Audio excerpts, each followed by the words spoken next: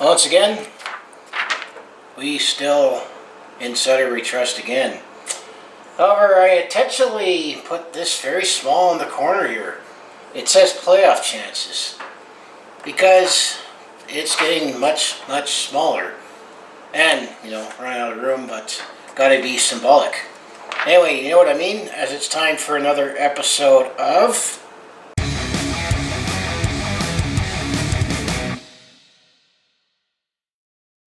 Hi there, it's Brett Hornby here, and welcome back to another episode of my Calgary Flames in 6. Now we're into Season 3, episode number 7, as we'll recap games 31 through 36 in the 2020-21 season, special COVID All-Canadian Division edition of my Calgary Flames in 6. As I did say in the opening, we still, in Sutter, we trust again. However, you see that fading in the horizon right there? Yeah, that's called our playoff chances. It's definitely been fading as we had a tough stretch of games. And when you look at the standings, I think realistically, playoffs is looking like it's very unlikely. Just keep in mind, we still have only 20 games to go in the season, in this 56-game season. And then also my other segment where I touch upon how the Stockton Heat have been doing. They also had a rough stretch of games as well, but they took on the top team in the Canadian Division in the American Hockey League. So yeah, let's bring up my notes and let's go over how the last 6 games went for the Calgary Flames. And this is not as good compared to previous episodes. So let's start off with game number 31.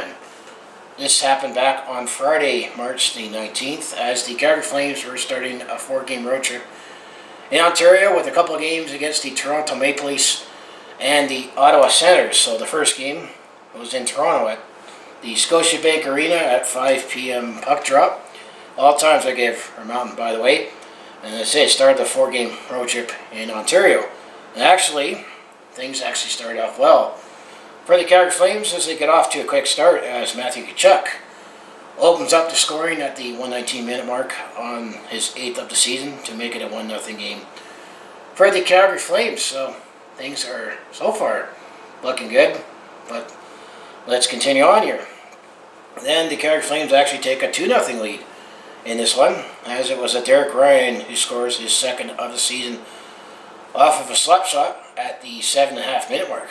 And then Calgary, while I would say enjoyed a 2-0 lead in the first period in this game, the Toronto Maple Leafs were still be able to get edge on the play as they outshot the Calgary Flames for most of the game. Then things kind of got wild as there was a lot of exchanges of scoring later in the first period, as Toronto was able to get on the board as Jason Spezza, who scores his 6th at the time at the 12:47-minute mark, still in the first period, to make it a 2-1 game for the Calgary Flames at that point.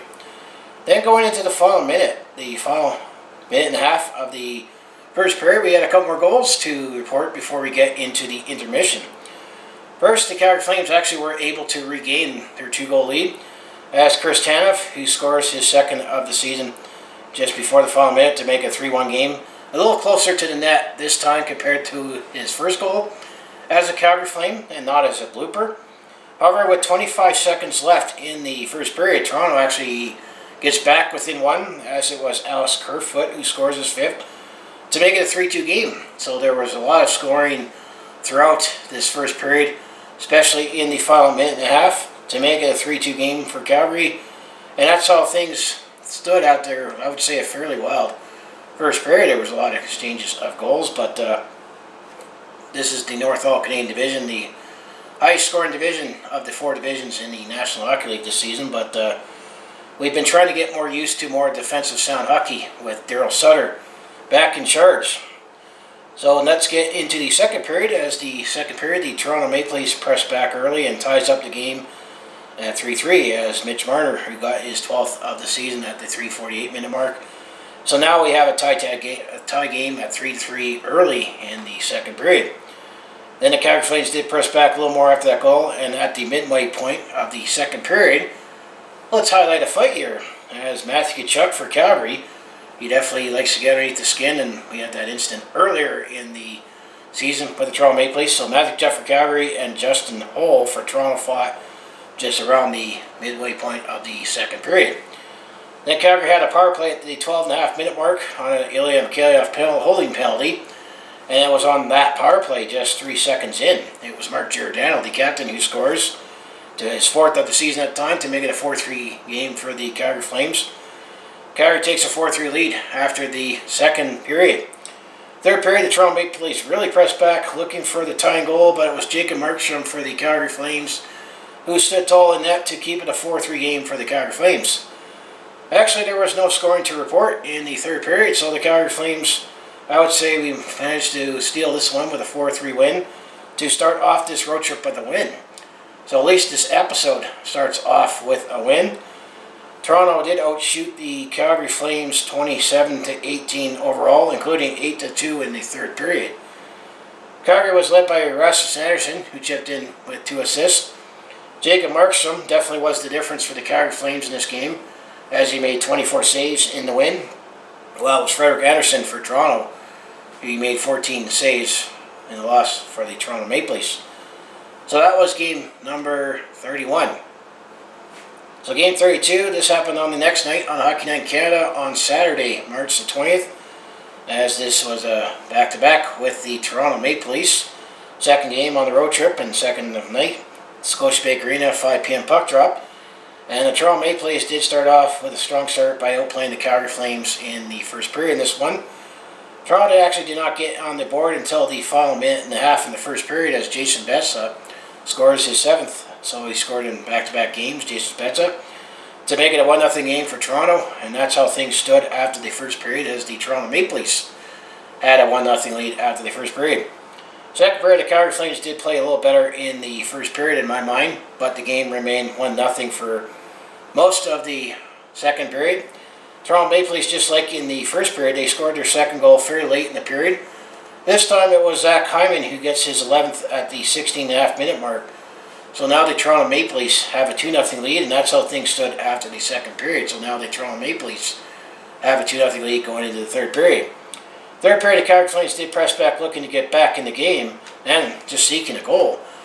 However, it was Jack Campbell who actually returned in net for the Toronto Maple Leafs after his injury, and we'll just leave it at that. That's how you feel how he got injured. He stood tall for the Toronto Maple Leafs, keeping the Calgary Flames off the board, and ultimately there was no scoring to report in the third period, so the Calgary Flames got shut out 2-0 by the Toronto Maple Leafs. And sometimes I like to joke because the Calgary Flames scored just as much as I did on that night. So Toronto wins this one 2-0 to split this back-to-back to start off the road trip. The Toronto Maple Leafs had a slight edge in shots as they outshot Calgary 33-31 overall. It was David Riddick who was in net for the Calgary Flames for this one. He made 31 saves.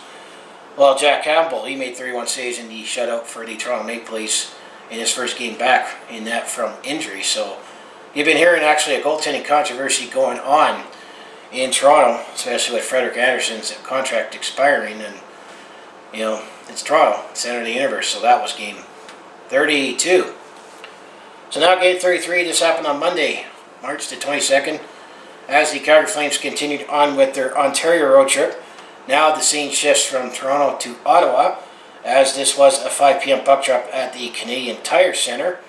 And just like earlier, the Calgary Flames, we've struggled with the Ottawa Senators this season, and the struggles continue, and it's definitely going to be something to look back on, especially if we happen to not make the playoffs, which is looking more likely that's going to be the case. As the trend continues, Ottawa opens up the scoring just before the 10.5-minute mark, as it was Ryan Dzingel who scores for the Ottawa Senators, his 7th goal of the season, for a 1-0 lead for the Ottawa Senators. Ottawa kept up with the Calgary Flames in the first period, and it was 1-0 for Ottawa after the first period.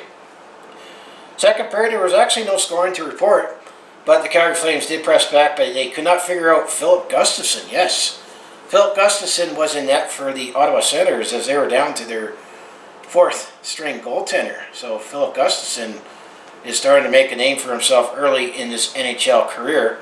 So Ottawa keeps a 1-0 lead after the second period, but the Calgary Flames did outshoot the Ottawa Senators 13-4 in the second period alone. Third period, the Calgary Flames were able to tie it up, so actually the Calgary Flames finally were able to figure out Philip Gustafsson, as it was Johnny Gaudreau who scores his 13th goal just before the 15.5-minute mark. So now we had a tie game at 1-1.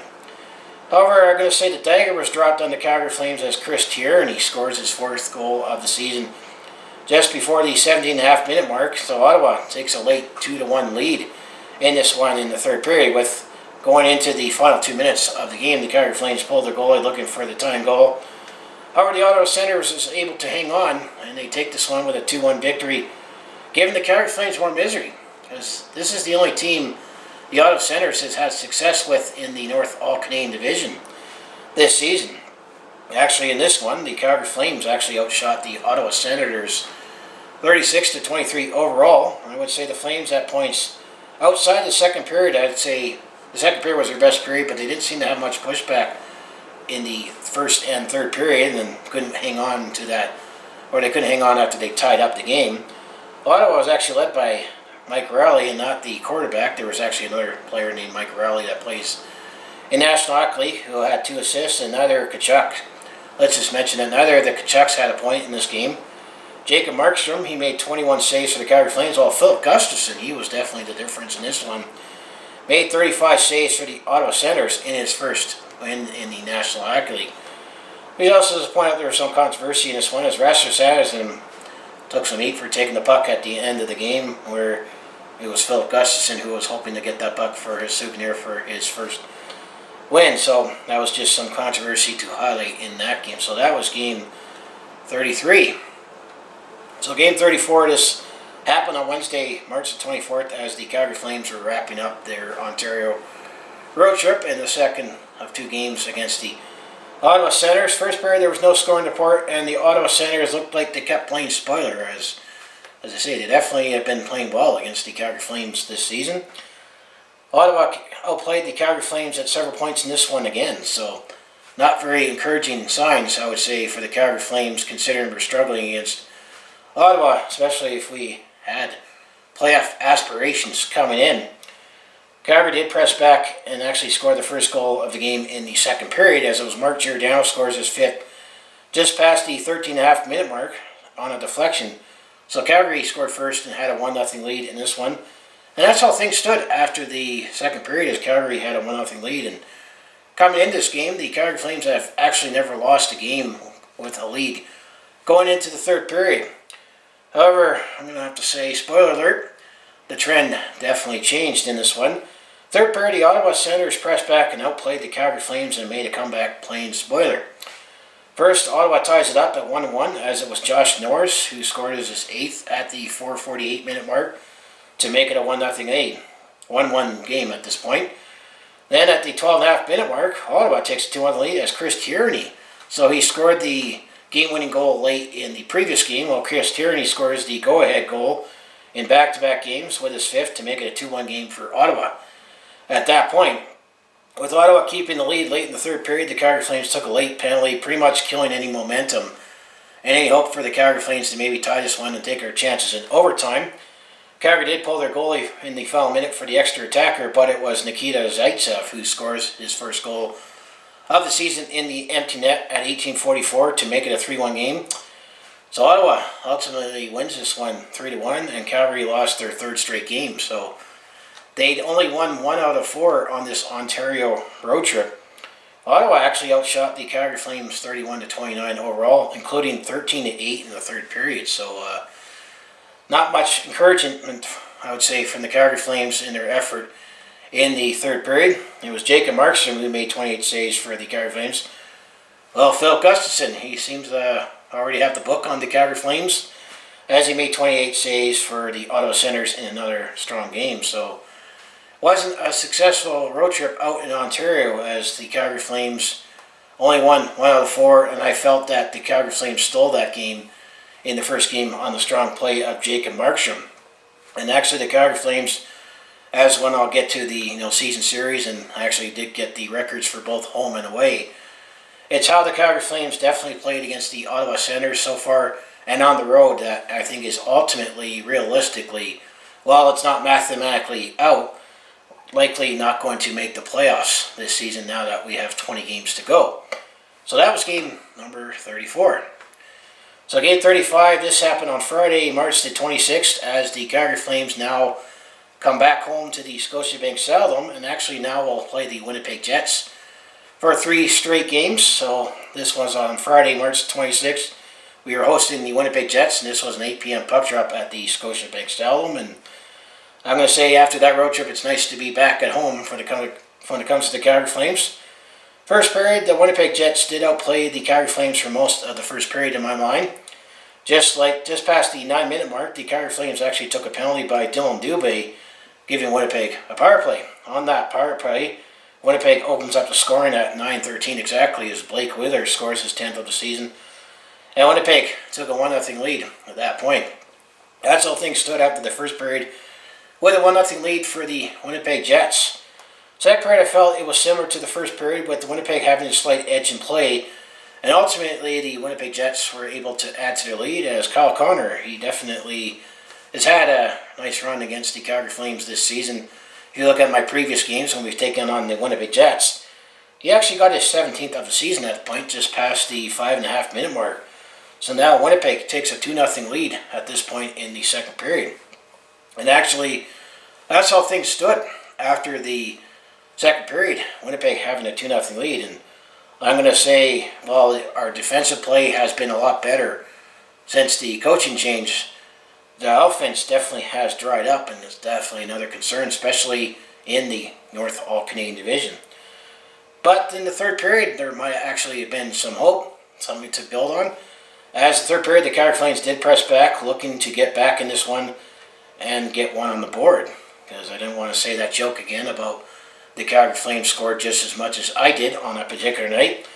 Then just before the 7-minute mark on the power play, the Calgary Flames get within one as Milan Lucic, who has had a pretty good season, all things considered, got his 7th of the season at that point to make it a 2-1 game for the Winnipeg Jets at that time. However, going later into the third period, the Calgary Flames did get into penalty trouble as just past the 12-minute mark, first Milan Lucic actually took a double minor as he had a boarding penalty and a roughing penalty on that play, but Calgary was able to kill that off. However, Jacob Markstrom, he took a delay of game penalty with the puck over the glass just past the 14.5-minute mark after the Milan Lucic penalty expired. So that's not a good sign right there. Then, just before the 15-minute mark on that power play, it was Paul Stastny who scores his 11th to give Winnipeg a 3-1 lead. Then heading into the final 2 minutes of the period, the Calgary Flames pulled the goalie for the extra attacker. And actually, with that extra attacker, I haven't called it much this season, but let's say in this case for this play, Mr. Clutch, Matthew Tkachuk scores his 9th at 18:01 to now make it a 3-2 game for the Winnipeg Jets. With Calgary pressing, keep looking for the equalizer. However, it was ultimately Connor Hellebuyck who stood tall for the Winnipeg Jets. So the Winnipeg Jets, with a late rally by the Calgary Flames, was able to hang on. So the Winnipeg Jets take this one 3-2, handing Calgary their 4th straight loss. Also not helping matters in the playoff chase, where I'm seeing those playoff chances fading as every day goes on. And ultimately, also in this game, the Winnipeg Jets also outshot the Calgary Flames 29-27 in this one. Calgary actually was led by Noah Hannafin. He actually chipped in with 2 assists. I usually highlight who had multi-point games on the side for each side. Well, Winnipeg was led by Paul Stastny, Blake Wheeler, and Kyle Connor, who each had a goal and assist, so they were all part in all the goals for the Winnipeg Jets. Jacob Markstrom, he made 26 saves for the Calgary Flames. Well, it was Connor Hellebuyck who made 25 saves for the Winnipeg Jets, so that was game 35. So game 36, this will be the last game that I'll recap in this episode before we move on to other business in the video. This happened the next night on Saturday, March the 27th, as this is the second of 3 against the Winnipeg Jets. Another 8 p.m. puck drop at the Scotiabank Saddledome, and to highlight in this one, this was Johnny Goodjos playing in his 500th NHL game, so congratulations, Johnny Hockey. He's played 500 games all with the Calgary Flames. First period, the Calgary Flames start off strong, looking to end their 4-game losing streak and keep their very slim playoff hopes alive. Let's be realistic here. However, there was no scoring until late in the first period. It was Josh Levo who actually got his 4th goal just past the 17-minute mark to make it 1-0 for the Calgary Flames. So at least we got finally the first goal of the game in this one. Then shortly after that goal, Winnipeg took a penalty from Dylan DeMello, giving Calgary a late power play. Then it was on that said power play just before we get into the intermission. In the final minute, Mark Giordano scores his 6th, giving Calgary a 2-0 lead. And that's how things stood after the first period. Calgary was up 2-0. So things were looking good for the Calgary Flames, at least to end this episode when it comes to my game recaps. Second period, though, the Winnipeg Jets had different plans as they got back into the game. First, it was Mason Appleton, who scores his 9th of the season literally 34 seconds into the second period to now make it a 2-1 game at this point for the Calgary Flames. Then, just under 6 minutes later, Logan Stanley for the Winnipeg Jets ties the game up at 2-2 on his first at 16:19 of the second period, and that's how things stood at that point in the game. So now Calgary scored 2 goals in the first period late, and I would say fairly early in the second period, Winnipeg scored 2 goals, so now it's a 2-2 game. Later in the second period, the Calgary Flames took a couple penalties, but they were able to kill them off, so there's no more scoring report. So it was a 2-2 game after the second period going into the third period. Then early in the third period, in fact, the Calgary Flames actually struck early, as literally 49 seconds in, it was Andrew Mangiapane who scored his 10th goal of the season, and now Calgary regains the lead to make it a 3-2 game for the Calgary Flames early in the third period. Then it was 7 minutes later, the Calgary Flames were able to add to their lead and add a little more insurance. At 7:48, it was Sam Bennett who scored his 4th of the season. So now Calgary is up 4-2 against the Winnipeg Jets, so that's a little more encouraging. After that, the Calgary Flames were able to protect the lead. However, Winnipeg pulled the goalie to going into the final few minutes for the extra attacker. But Calgary was actually able to hold on to take this one 4-2 to finally end their losing streak at 4 games to keep their slim playoff hopes alive for now. Calgary also outshot the Winnipeg Jets 33-24 in this one, so they had a much better effort against the Winnipeg Jets on this night compared to the previous night. Calgary, and despite the fact there was more offense, no one had a multi-point game on either side of the ice. And the backups were in for both sides. It was David Riddick who was in net for the Calgary Flames, who made 22 saves, while it was Laurent Bossat. He made 29 saves for the Winnipeg Jets.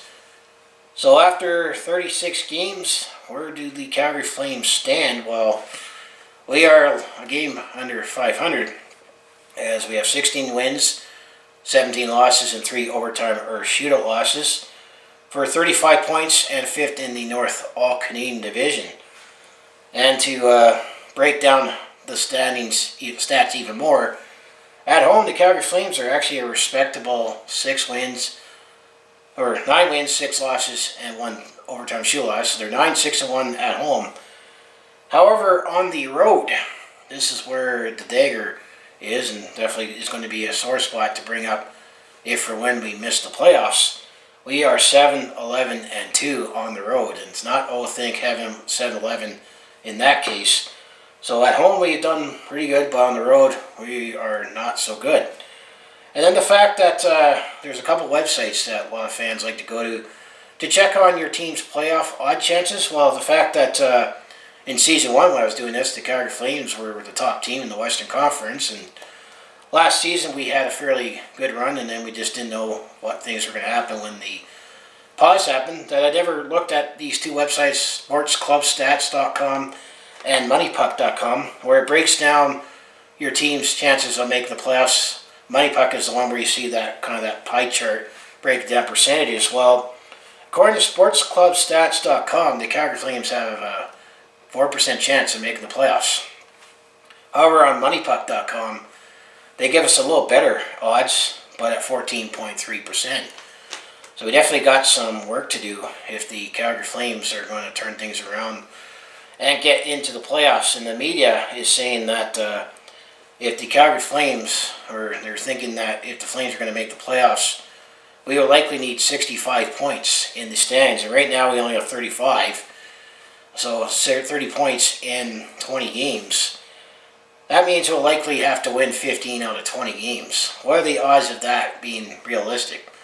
That's kind of like saying that you have 30% going into the final exam, and if you get 70% on the final exam, assuming 50% of your grade, it was the case, in my case, writing diploma exams for high school, you'd pass the course. But odds are, if you were averaging that all the way, what's the odds you're going to get 70% on a final exam under a pressure situation? But that's how things look. So let's bring out some stats and standings, shall we? That why I also think it's going to look really unlikely that the Calgary Flames are going to make the playoffs in addition to those websites.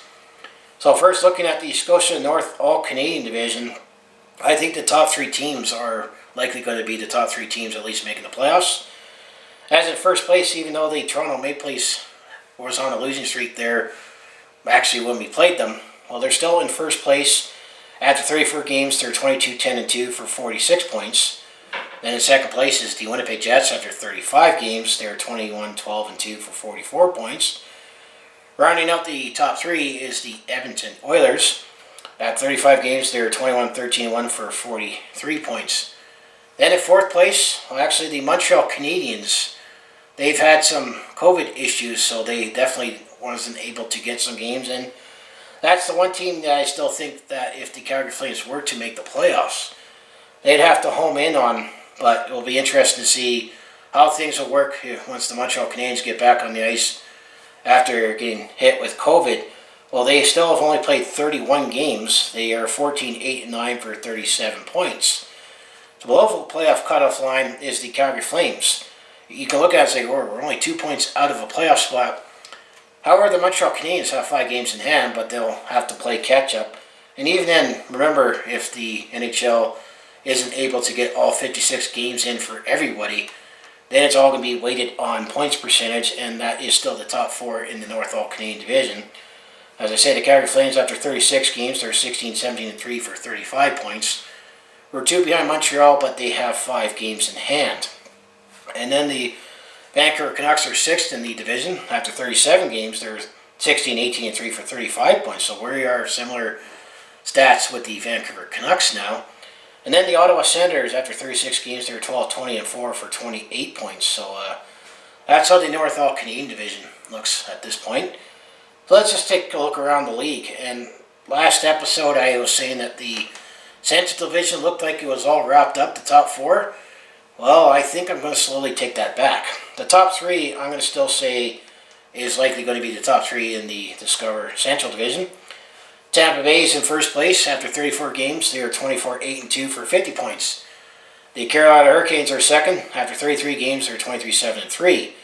Then the Florida Panthers are in third place. After 34 games, they're 21-9-4 for 46 points. I'm comfortable to put those top 3 in the Discover Central Division. The Chicago Blackhawks, they are still in fourth place. After 35 games, they're 16-14-5 for 37 points. However, Chicago has lost some games recently, so that is giving some hope to possibly the National Predators, as they're below the playoff line. After 35 games, they're 17-17-1 for 35 points. And you also got the Columbus Blue Jackets knocking on the door after 35 games. They are 13-14-8 for 34 points, so there is 3 points separating right there. And then the Dallas Stars, I mean, they're still trying to play catch-up. They've only played 31 games, as Dallas had 2 delays, as they had a COVID delay. And yes, there was a snowstorm, if you remember, back last month in Texas. Yes, you've heard that right. Snow and cold in Texas.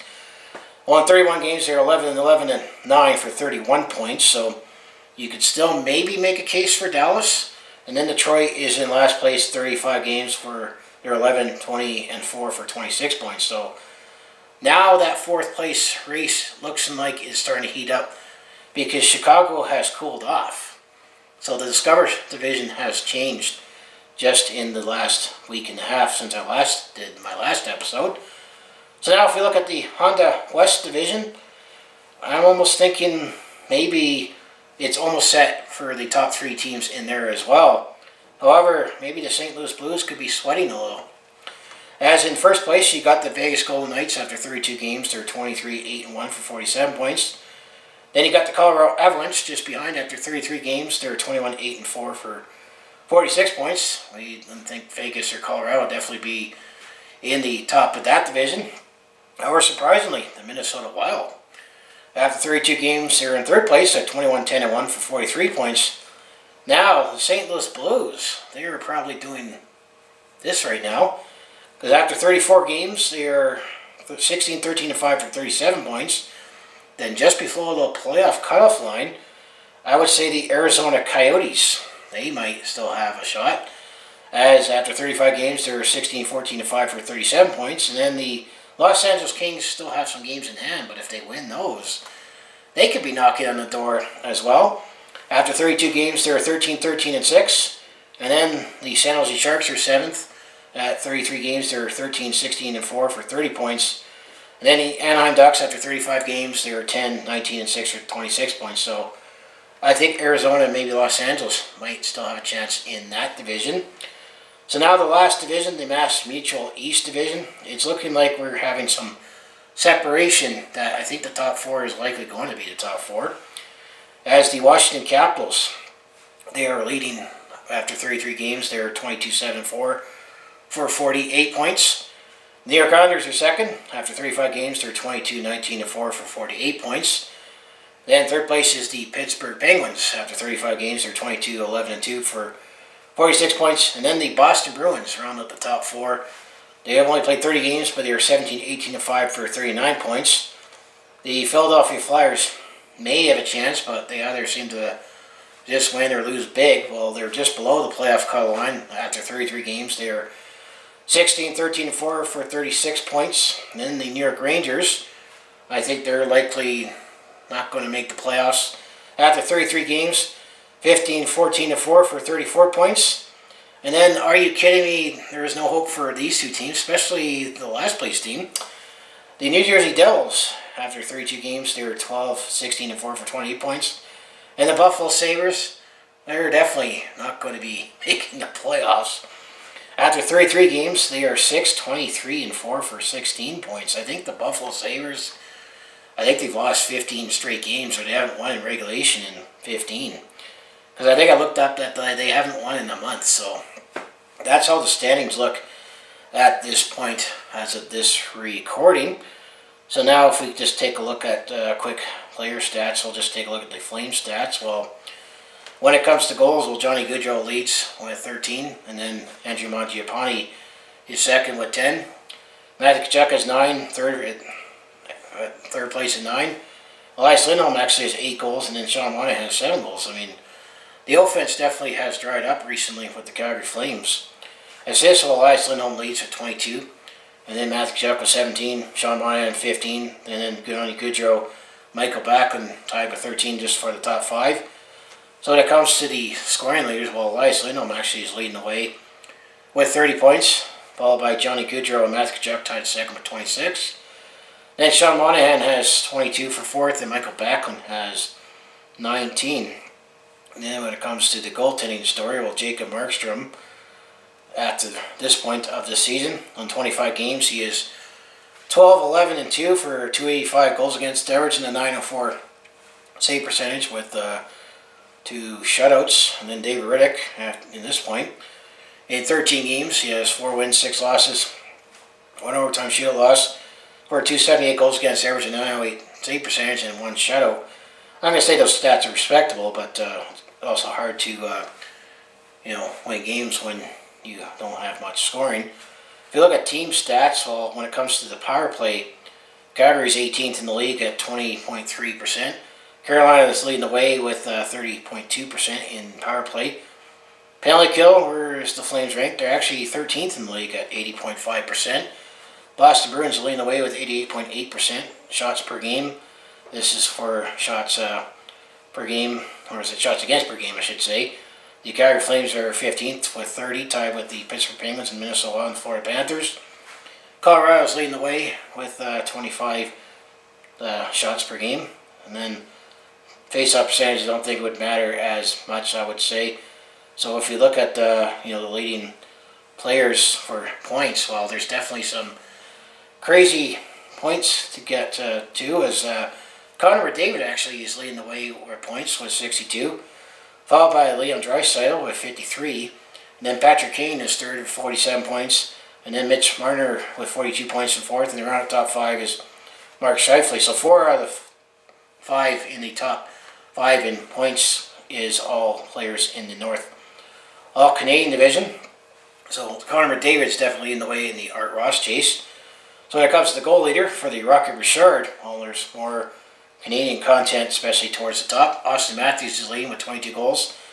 Only behind is Connor McDavid, 21. And then Leon Draisaitl and Mikko Rantanen each tied with 19. And then Max Pacioretty and Tyler Toffoli with 18 for tied at top 5. So that is the goals leader at this point. So that's definitely a very, very interesting way to look at that. The North All Canadian division has the most offense on average, and actually I think right now the Calgary Flames actually are the lowest scoring team in the North All Canadian division. Even Ottawa has scored a few more goals. So how did the season series look when it comes to the Calgary Flames versus everyone else in the North All Canadian division? Well, Vancouver were 4-2-0 against the Vancouver Canucks, so we got 4 more games to go with the Vancouver Canucks. The Edmonton Oilers, well, we're 2-4-0 against the Edmonton Oilers, and we still got 4 more games to go with the Oilers. The Winnipeg Jets were actually 3-3-1 with 2 more games to go, so I'm going to say we've done all right. All these, because all games have been pretty tight with the Winnipeg Jets. And then the Toronto Maple Leafs were actually 2-3-1 against the Toronto Maple Leafs, and we have 3 more games to go with the Toronto Maple Leafs. And then the sore spot I'm going to say is the Ottawa Senators. We are 2-4-1 against the Ottawa Senators. With 2 more games to go, that's definitely going to be one thing we're going to might look back on and say that's what sunk Calgary. And then when it comes to the Montreal Canadiens, we are 3-1-0 against the Montreal Canadiens with 5 more games to go. And I still think that's the only team we can realistically catch when it comes to potentially make the playoffs. But it'd be interesting to see how Montreal does getting off of the COVID and playing catch-up. So that's how the season series and the stats and standings look at this point. So now let's take a look at the Stockton Heat quick hits. So let's bring that one out.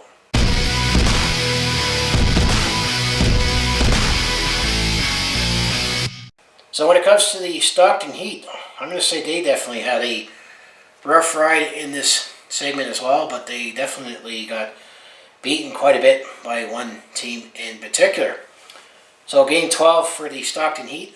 This game happened on Thursday, March the 18th, as the Stockton Heat were playing a 4-game set against the Laval Rocket, which is the Montreal Canadiens farm team for the first time, and they are leading the the All Canadian division.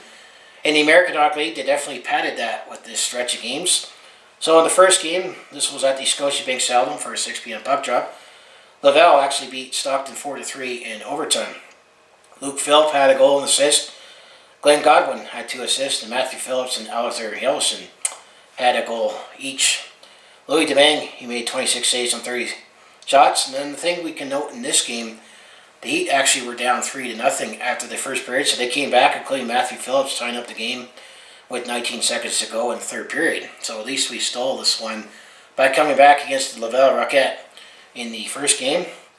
So game 13 on Saturday, March the 20th, the Stockton Heat continued their set with the Laval Rocket.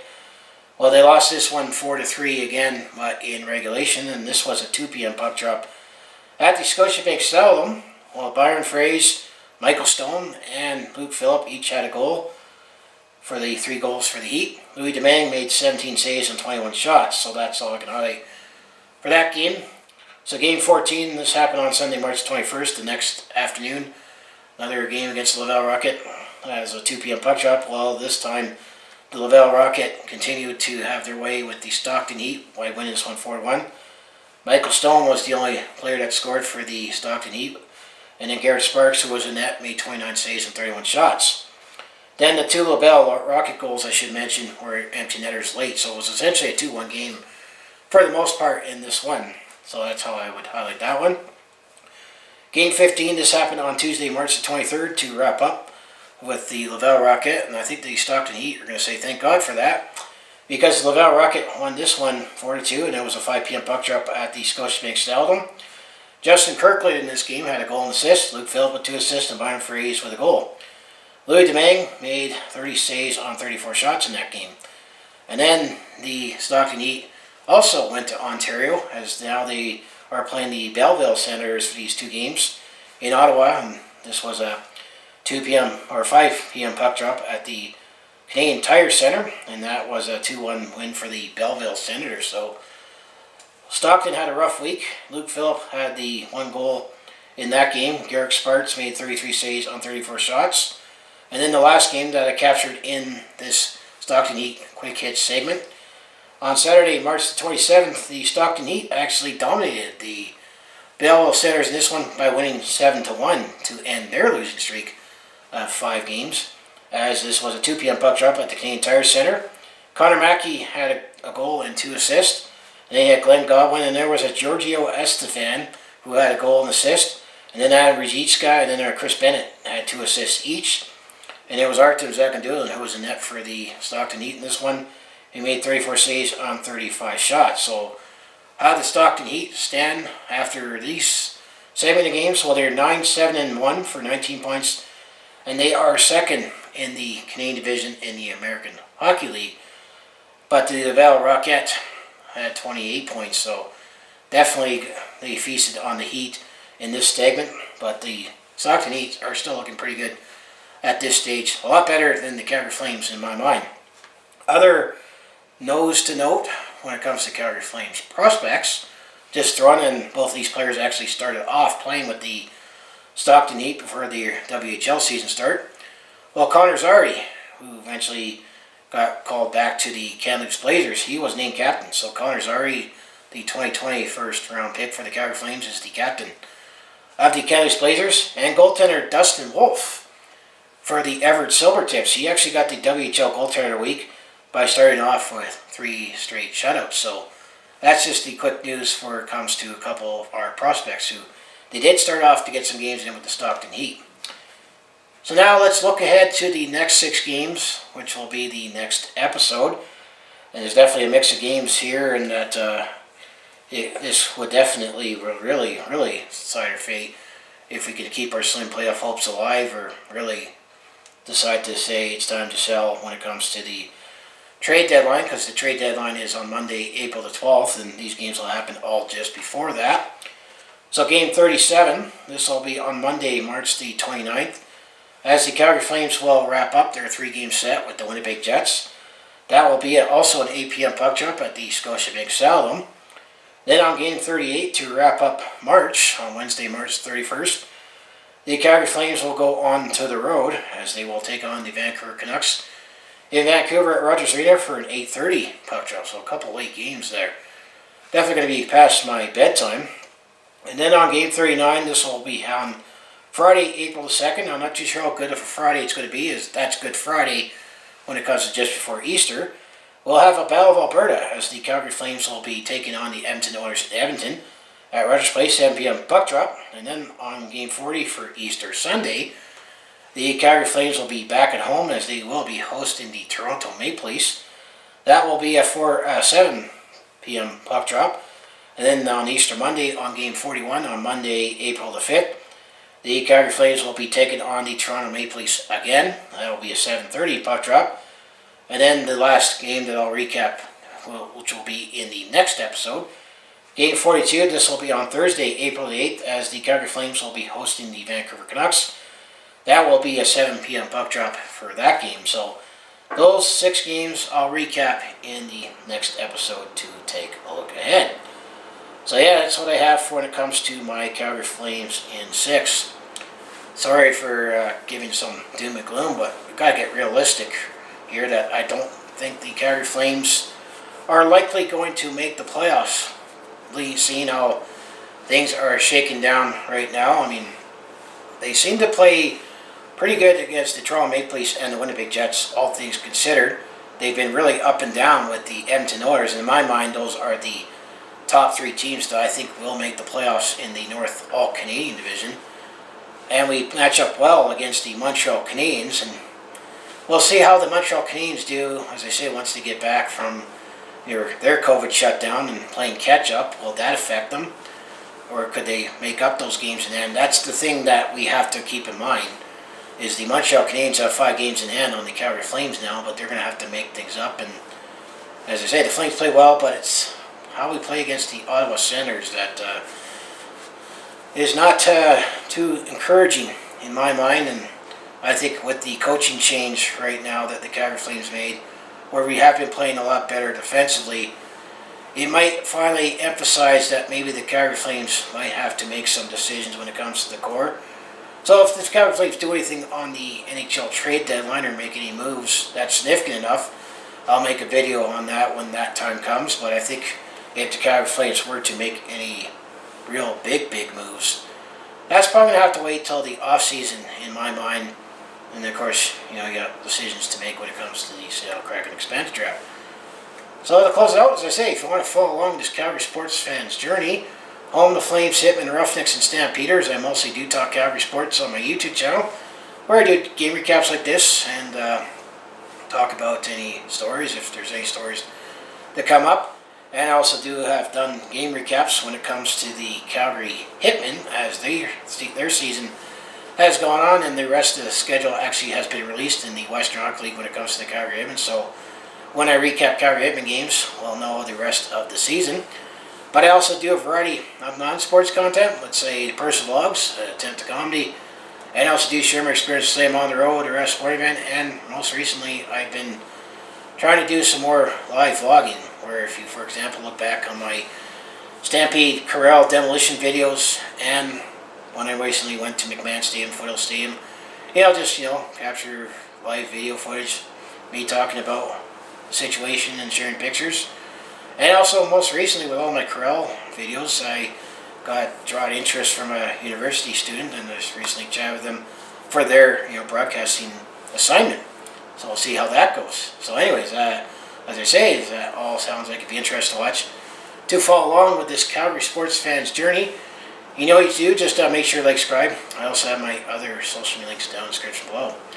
Despite the current situation that the Calgary Flames find themselves in, I still gotta say, go Flames go, and I'll see you in the next video.